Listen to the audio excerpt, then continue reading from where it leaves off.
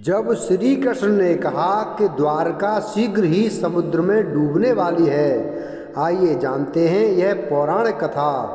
आइए जानते हैं द्वारका के समुद्र में डूबने का रहस्य क्या है। श्री कृष्ण की नगरी द्वारका महाभारत युद्ध के 36 वर्ष पश्चात समुद्र में डूब जाती है। द्वारका के समुद्र में डूबने से पूर्व श्री कृष्ण सहित सारे यदुवंशी भी मारे जाते हैं। समस्त यदुवंशियों के मारे जाने और द्वारका के समुद्र में विलीन होने के पीछे मुख्य रूप से दो घटनाएं जिम्मेदार हैं। एक माता गांधारी द्वारा श्री कृष्ण को दिया गया श्राप और दूसरा ऋषियों द्वारा श्री कृष्ण पुत्र सांब को दिया गया श्राप। आइए इस घटना पर विस्तार से जानते हैं। गांधारी ने दिया था यदुवंश के नाश का श्राप।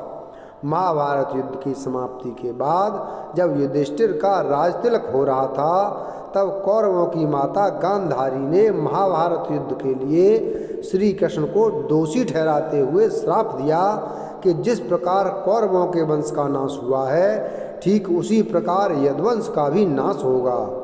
ऋषियों ने दिया था सांब को श्राप। महाभारत युद्ध के बाद जब 36वां वर्ष आरंभ हुआ तो तरह तरह के अपशकुन होने लगे।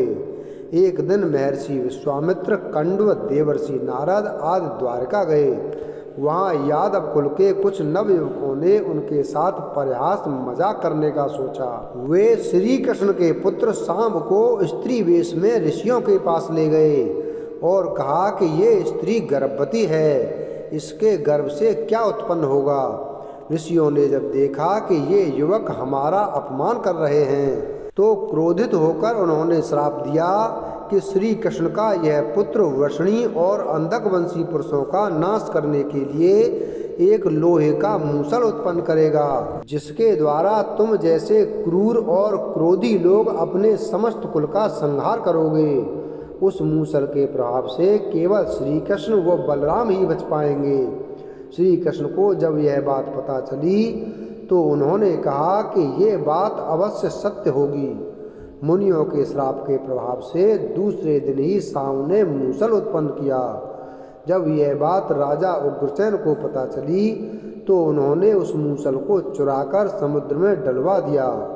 इसके बाद राजा उग्रसेन व श्री कृष्ण ने नगर में घोषणा करवा दी कि आज से कोई भी वृषणी व अंधकवंशी अपने घर में मदिरा तैयार नहीं करेगा। जो भी व्यक्ति छिपकर मदिरा तैयार करेगा उसे मृत्यु दंड दिया जाएगा। घोषणा सुनकर द्वारकावासियों ने मदिरा नहीं बनाने का निश्चय किया।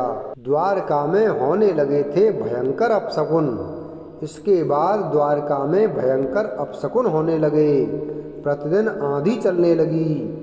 चूहे इतने बढ़ गए कि मार्गों पर मनुष्यों से ज़्यादा दिखाई देने लगे। वे रात में सोए हुए मनुष्यों के बाल और नाखून कुतरकर खा जाया करते थे। सारस उल्लुओं की और बकरे गीदड़ों की आवाज़ें निकालने लगे।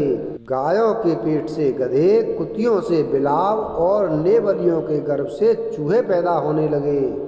उस समय यदुवंशियों को पाप करते शर्म नहीं आती थी।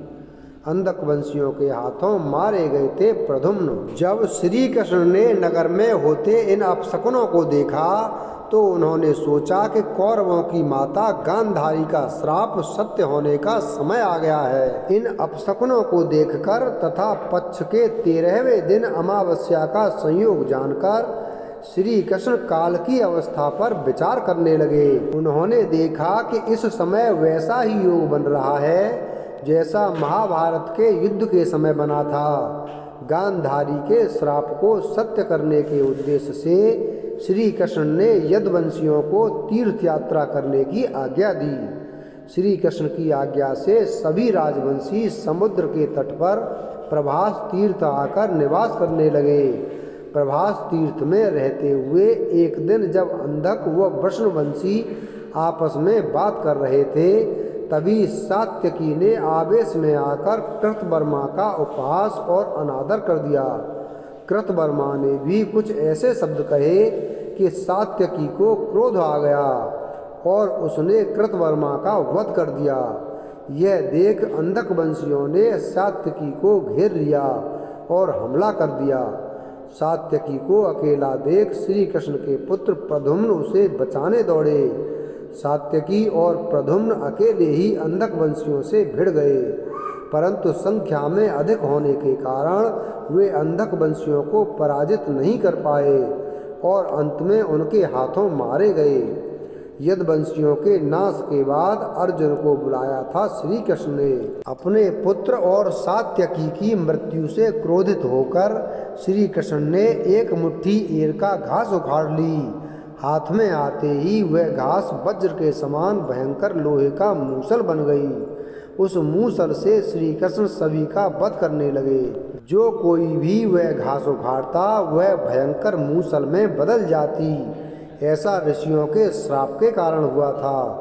उन मूसलों के एक ही प्रहार से प्राण निकल जाते थे। उस समय काल के प्रभाव से अंधक, भोज, निशी और वृषणी वंश के वीर मूसलों से एक दूसरे का वध करने लगे। यदुवंशी भी आपस में लड़ते हुए मरने लगे। श्री कृष्ण के देखते ही देखते सांब, चारदेष्ण, अनिरुद्ध और गद की मृत्यु हो गई।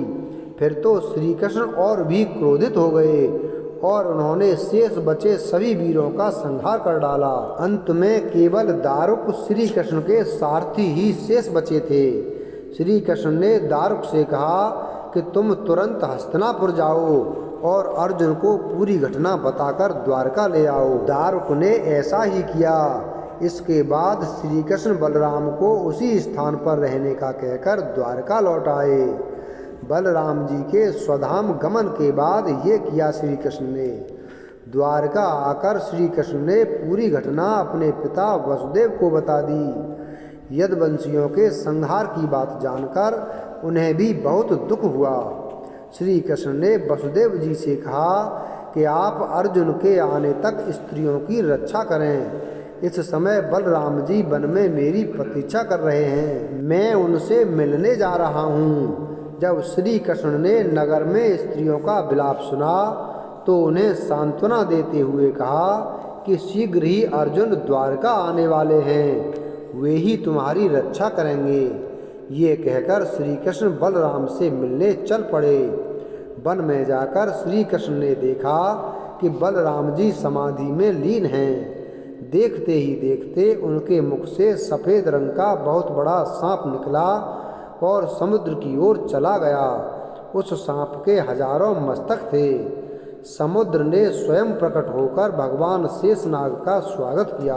बलराम जी द्वारा देह त्यागने के बाद श्री कृष्ण उस सूने वन में विचार करते हुए घूमने लगे। घूमते घूमते वे एक स्थान पर बैठ गए और गांधारी द्वारा दिए गए श्राप के बारे में विचार करने लगे। देह त्यागने की इच्छा से श्री कृष्ण ने अपनी इंद्रियों का संयमित किया और महायोग समाधि की अवस्था में पृथ्वी पर लेट गए। ऐसे त्यागी श्री कृष्ण ने देह। जिस समय भगवान श्री कृष्ण समाधि में लीन थे उसी समय जरा नाम का एक शिकारी हिरणों का शिकार करने के उद्देश्य से वहां आ गया। उसने हिरण समझकर दूर से ही श्री कृष्ण पर बाण चला दिया। बाण चलाने के बाद जब वह अपना शिकार पकड़ने के लिए आगे बढ़ा तो योग में स्थित भगवान श्री कृष्ण को देखकर उसे अपनी भूल का पश्चाताप हुआ। तब श्री कृष्ण ने उसे आश्वासन दिया और अपने परम धाम चले गए। अंतरिक्ष में पहुंचने पर इंद्र, अश्वनी कुमार, रुद्र, आदित्य, वसु, मुनि आदि सभी ने भगवान का स्वागत किया। इधर दारुक ने हस्तिनापुर जाकर यदुवंशियों के संहार की पूरी घटना पांडवों को बता दी। यह सुनकर पांडवों को बहुत शोक हुआ। अर्जुन तुरंत ही अपने मामा वसुदेव से मिलने के लिए द्वारका चल दिए। अर्जुन जब द्वारका पहुँचे तो वहाँ का दृश्य देखकर उन्हें बहुत शोक हुआ। श्री कृष्ण की रानियाँ उन्हें देखकर रोने लगीं। उन्हें रोता देखकर अर्जुन भी रोने लगे और श्री कृष्ण को याद करने लगे। इसके बाद अर्जुन वसुदेव जी से मिले। अर्जुन को देखकर वसुदेव जी बिलख बिलख कर रोने लगे। वसुदेव जी ने अर्जुन को श्री कृष्ण का संदेश सुनाते हुए कहा कि द्वारका शीघ्र ही समुद्र में डूबने वाली है, अतः तुम सभी नगरवासियों को अपने साथ ले जाओ। अर्जुन अपने साथ ले गए श्री कृष्ण के परिजनों को। वसुदेव जी की बात सुनकर अर्जुन ने दारुक से सभी मंत्रियों को बुलाने के लिए कहा। मंत्रियों के आते ही अर्जुन ने कहा कि मैं सभी नगरवासियों को यहाँ से इंद्रप्रस्थ ले जाऊंगा, क्योंकि शीघ्र ही इस नगर को समुद्र डुबो देगा। अर्जुन ने मंत्रियों से कहा कि आज से 7वें दिन सभी लोग इंद्रप्रस्थ के लिए प्रस्थान करेंगे, इसलिए आप शीघ्र ही इसके लिए तैयारियां शुरू कर दें। सभी मंत्री तुरंत अर्जुन की आज्ञा के पालन में जुट गए। अर्जुन ने वह रात श्री कृष्ण के महल में ही बिताई। अगली सुबह श्री कृष्ण के पिता वसुदेव जी ने प्राण त्याग दिए। अर्जुन ने विधि विधान से उनका अंतिम संस्कार किया। वसुदेव जी की पत्नी देवकी, भद्रा, रोहिणी व मदरा भी चिता पर बैठकर सती हो गईं। इसके बाद अर्जुन ने प्रभास तीर्थ में मारे गए समस्त यदुवंशियों का भी अंतिम संस्कार किया। 7वें दिन अर्जुन श्री कृष्ण के परिजनों तथा सभी नगरवासियों को साथ लेकर इंद्रप्रस्थ की ओर चल दिए। उन सभी के जाते ही द्वारका नगरी समुद्र में डूब गई। ये दृश्य देखकर सभी को बड़ा आश्चर्य हुआ। वीडियो अगर पसंद आया हो तो वीडियो को लाइक करें, चैनल को सब्सक्राइब करें और बेल आइकन प्रेस करें। धन्यवाद।